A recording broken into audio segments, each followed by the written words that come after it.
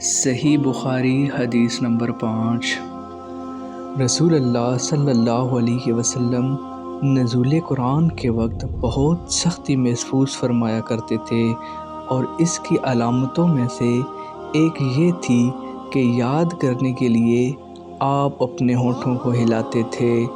ابن عباس رضی اللہ عنہما نے کہا، میں اپنے ہونٹ ہلاتا ہوں جس طرح آپ ہلاتے تھے۔ سعید کہتے ہیں، میں بھی اپنے ہونٹ ہلاتا ہوں جس طرح ابن عباس رضی اللہ عنہما کو میں نے ہلاتے دیکھا۔ پھر انہوں نے اپنے ہونٹ ہلائے۔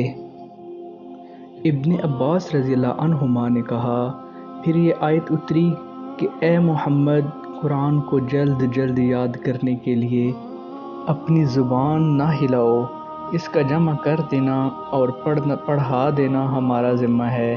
حضرت ابن عباس رضی اللہ عنہما کہتے ہیں، یعنی قرآن آپ صلی اللہ علیہ وسلم کے دل میں جما دینا اور پڑھا دینا ہمارا ذمہ ہے۔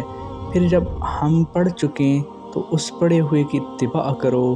ابن عباس رضی اللہ عنہما فرماتے ہیں، اس کا مطلب یہ ہے کہ آپ اس کو خاموشی کے ساتھ سنتے رہو، اس کے بعد مطلب سمجھا دینا ہمارے ذمہ ہے۔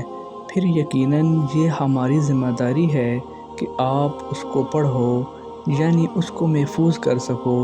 چنانچہ اس کے بعد جب آپ کے پاس حضرت جبرائیل علیہ السلام وحی لے کر آتے تو آپ توجہ سے سنتے۔ جب وہ چلے جاتے تو رسول اللہ صلی اللہ علیہ وسلم اس وحی کو اس طرح پڑھتے جس طرح حضرت جبرائیل علیہ السلام نے اسے پڑھا تھا۔